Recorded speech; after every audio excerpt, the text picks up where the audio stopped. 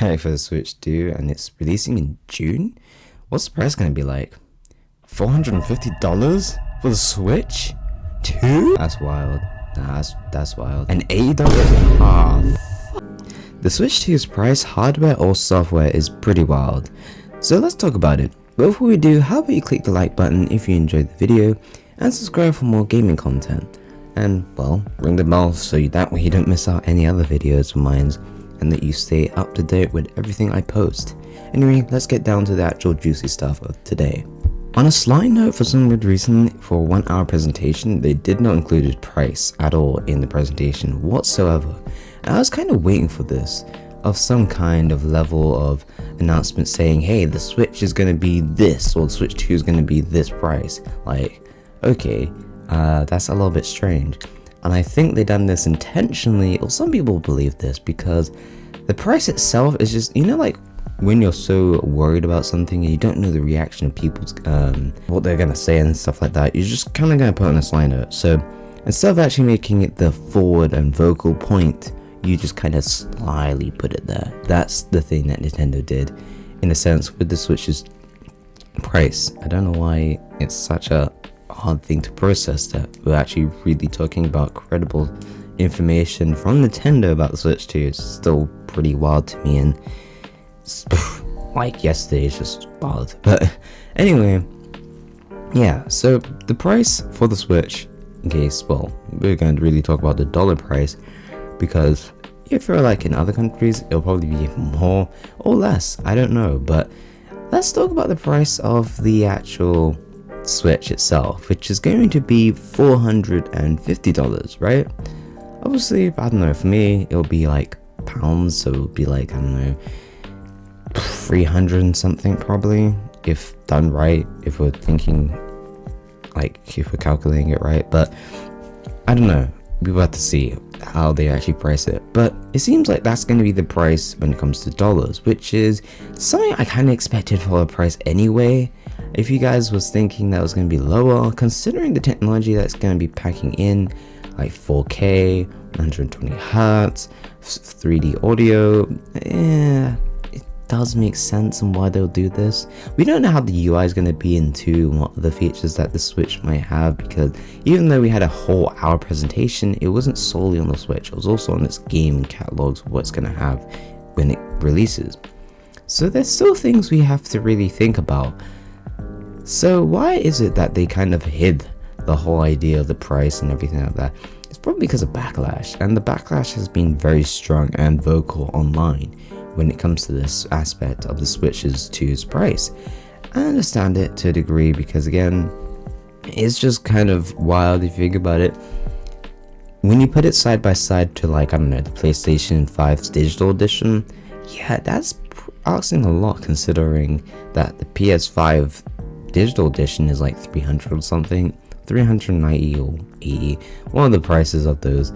And it's like, yeah, for something like that, considering it's also got ray tracing, all that stuff, I can understand why people might think that Switch 2's price might be a scam. But understandably, I feel like, again, it's really hard, because in some levels I can actually understand where people are coming from, but in the other sense, I'm like, dude, this is actually releasing with games and such. The PlayStation 5 didn't release it really much when it comes to the game side of things, at least when it comes to first party or stuff like that. And it's like, I don't know, it does seem a little bit weird, you know, it does seem very strange. I don't know, like, there's a weird harden not, you know what, we're gonna skip over that. I'm not trying to fumble, I'm trying to say that. So it is really, in a sense, kind of strange why they would do a thing like this. But that's just the first part. We just talked about the price, which, again, I kind of expected it to be 400 or so. Coming, like, I didn't expect it to be 500 whatsoever, because again, it still has to be an affordable price. And it is still shocking the route that Nintendo took, because in a sense, they're kind of stepping on that stone of where they last left off with the GameCube, which was power.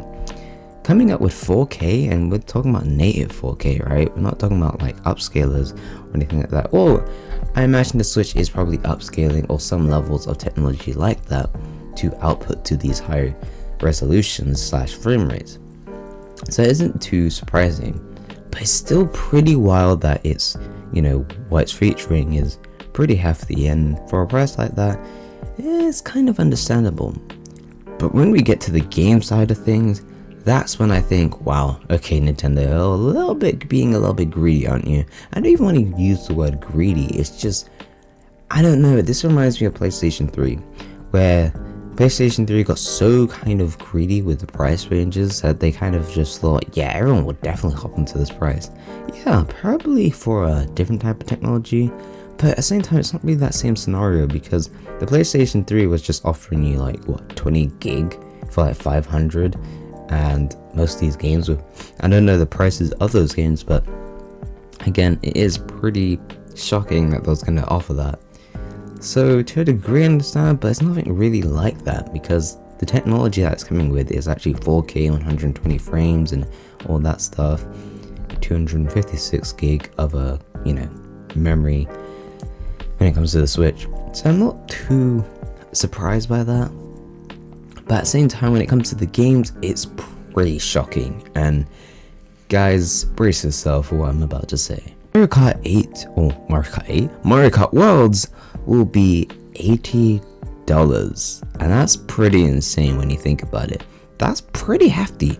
Not only did they kind of skipped over the $70 price, which is, or £70, $70, whatever price of gaming today, they just went and said, yeah, we're gonna set the new standard of prices with 80, 90, kind of like 100 price ranges, which is pretty insane considering they're not the ones that take charge in that sense. They do take charge when it comes to innovation, but this, I don't know, this is not really the innovation I was hoping for.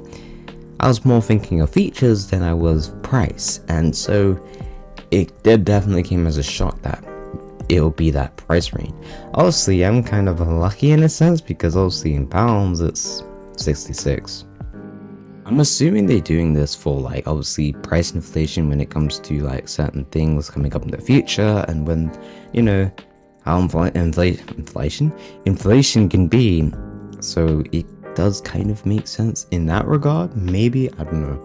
I say that, but in actuality I don't agree, and I wouldn't want games to be so high of a price anyway, so I don't know, it's just kind of really wild considering, like, again, it just kind of reminds me of the video of, I don't know if I uploaded it, yeah I did, I think a few weeks back I made a video talking about how game prices are pretty much wild when that comes to the price range. It's kind of just shocking at how big these games will be, and that this will be the norm. I don't know how I feel about it, and we're not even talking about online. Online is going to be insane because we're getting GameCube, and that's probably going to boost up the price for you guys. Like, I'm thinking maybe 60 at like price range. I don't even know, again, I don't even know the actual price for you guys. I just know that in pounds it's like 35, basically 34.99, but I'm just gonna round it up to 35. And so that's like, okay, we're gonna probably buy, like, in my opinion, they're probably gonna bump that up to the price of where it is in dollars, where it's like 50, and probably for you guys 60 or 70 most likely, I'm assuming, because it's gonna be a hefty price. If they actually tried to like make it so it's not so pricey, I would be shocked, but I'm not gonna hold my breath in that matter.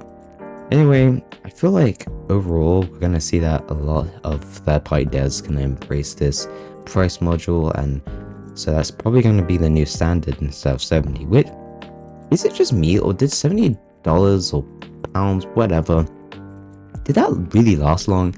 I feel like 60 lasted for like years, for like a good couple years, and then 70, it kind of just, I don't know, it was there, but it just felt like it didn't exist exactly. Like, I didn't see much games embracing that, or is it just me? I don't know.